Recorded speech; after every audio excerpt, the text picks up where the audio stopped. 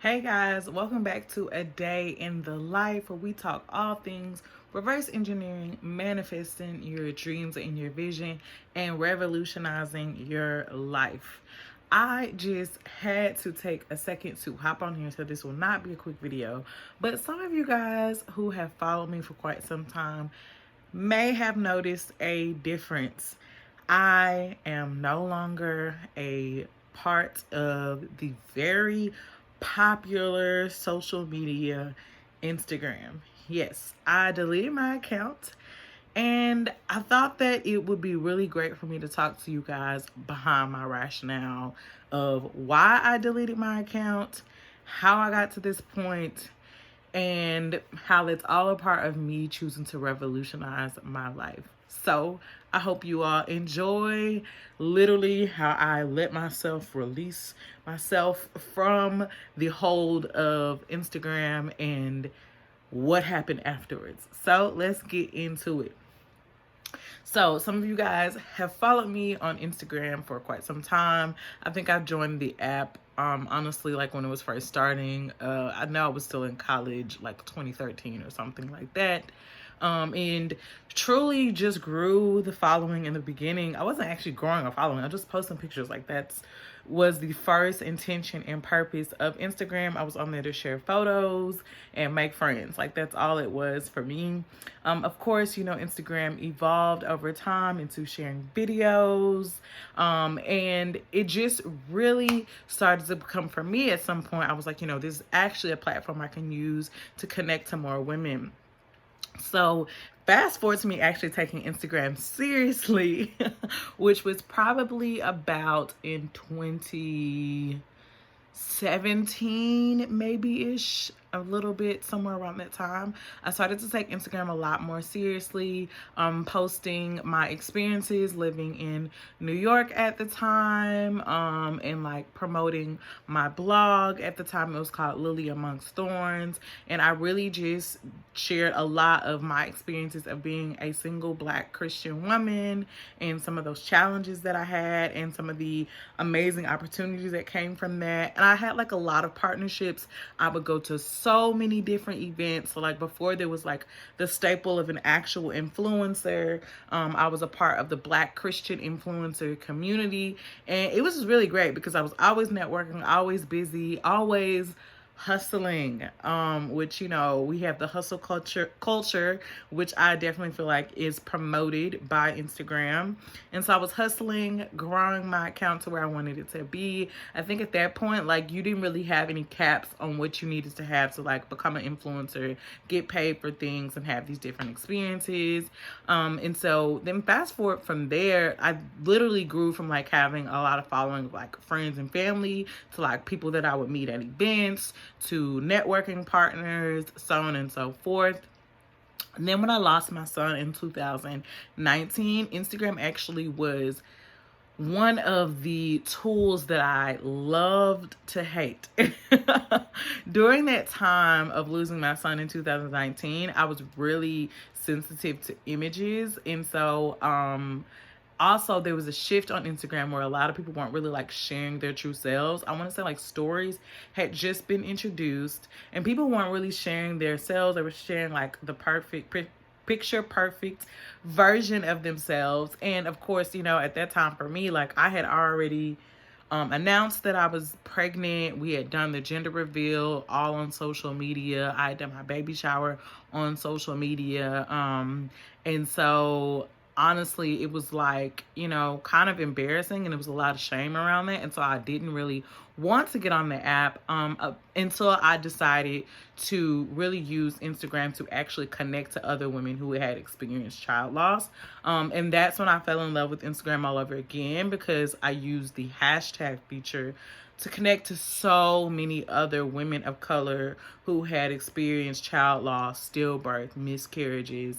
And I met some of the most beautiful, amazing souls. I was able to do this really awesome editorial photo shoot with a company called, or an organization rather, called the Morning Moms right here in Atlanta. And it really just kind of gave me a voice and a space that I didn't know existed, and I was able to like create community off of that space. So at this point, I think I had grown my account to a little over 3,000.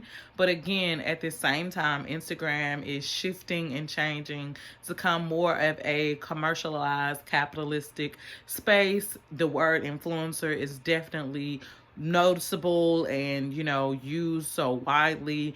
And I started to get into a place where I was like, okay, am I genuinely like sharing content that I feel like aligns with what I believe in, or am I sharing content that is like bite sized and fast to produce and trendy?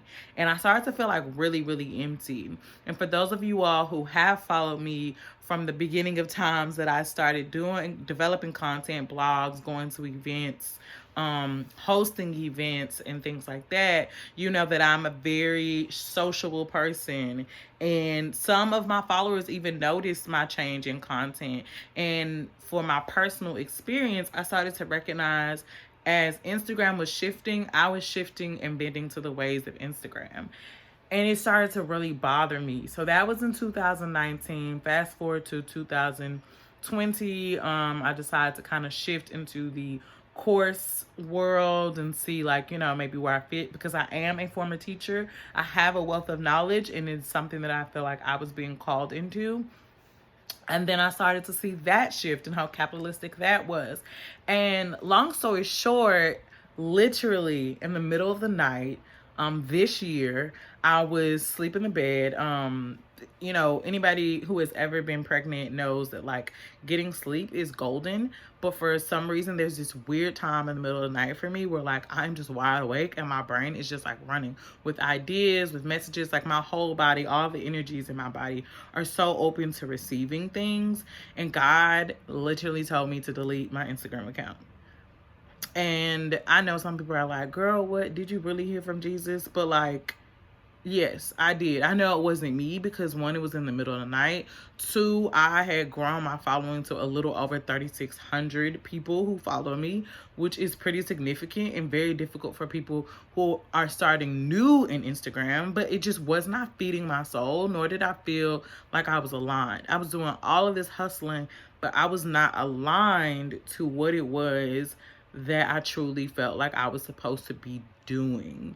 And that's where my frustration came from. I started to try to do photo shoots and try to produce content from a place that wasn't authentic and wasn't honest to me. And like it translated, like the content wouldn't do well. And so God just straight up said, delete your Instagram.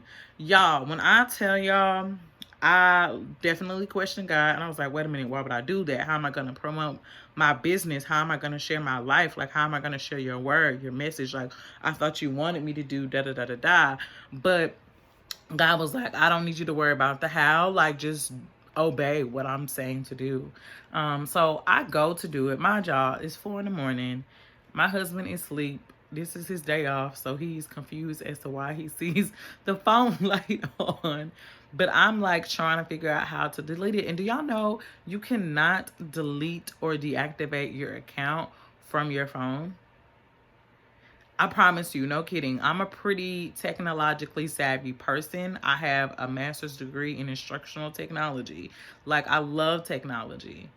But you cannot delete or deactivate your account from your phone. So I waited until the morning time, the actual morning time, and I figured out how to deactivate my account. And get this is how you know it's a hold on you that it can have. They give you like 30 days or so to reactivate your account, and they also give you permission to pause your account.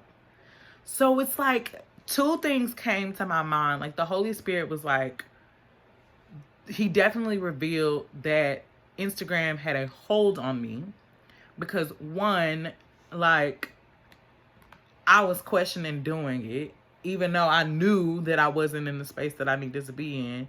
And two, the way that we choose to like have one foot in the world and one foot in what God tells us to do. I could have been disobedient if I could have been like, oh, maybe God just told me to pause my account. And during that entire deactivation period, I did not log onto the account not once. And I didn't second guess it after I did it, and I didn't worry about it. And I even put the date that they asked me to, if I wanted to reactivate it in my phone, just for my own personal edification. And over time, like, God just really started working on my spirit and being like, there are other gifts that I've given you, but you have literally like designed in your brain that I can only work one way. Which leads me to this whole idea of reverse engineering your vision. Reverse engineering your vision is definitely possible, but when I talk about it, I talk about it from a space of having a perspective and having a vision that's greater than your own like natural eyes. Like, I'm talking about being able to tap into a supernatural resource that allows you to see things beyond where they actually are. I had been limiting myself by only running my business, promoting my business, sharing my life, and sharing myself on Instagram. I had literally neglected many of my mailing subscribers. I had neglected other social media platforms. I had neglected my actual voice. And again, of course, I was concerned. Not sometimes I do still get concerned, because I'm human, about how am I going to share the things that God wants me to share. But now I'm at a place where, like, I'm not worried about how it's going to happen. Like, he tells me to do something and I do it. That's why I hop on here and I share these videos and I share my experience, because there is somebody else that I know who is watching it, and I know you're out here who is going through the same thing, trying to figure out, like, I'm spinning my wheels on this platform and doing all the tips and tricks that everybody has told me to do, and it's just not working. And so the thing about vision, the thing about having a revolutionized life and having the access and the intention and freedom, is that you literally choose to do things differently. So that means that, like, what worked for the other girl to get 100K and to get a $20,000 check on Instagram, honestly, you really don't know if she got it, first off. And second of all, that just may not be your journey. That may not be the vision that God has for you. And so it's really important to keep that at the forefront of your mind. Now, I am not trying to start a train of folks to jump off of Instagram, but I want you to, like, intentionally think about, what are the spaces that I'm sharing my energy the most?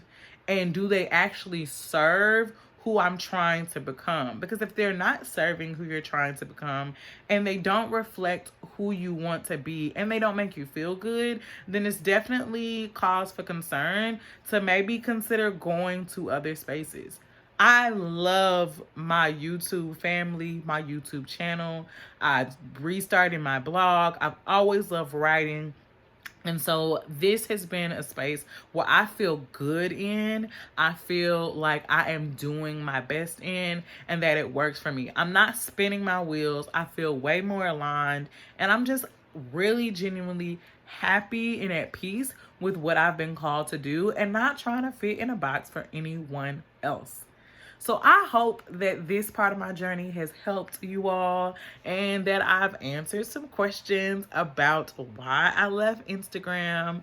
To be honest, I'm not really interested in going back, so you know what that means. If you want more content from me, you're gonna have to go ahead and subscribe, hit the notification bell too, so that you can be noticed every time that we are on here talking about reverse engineering our vision and revolutionizing our life. Bye, guys. I'll see you next time on A Day in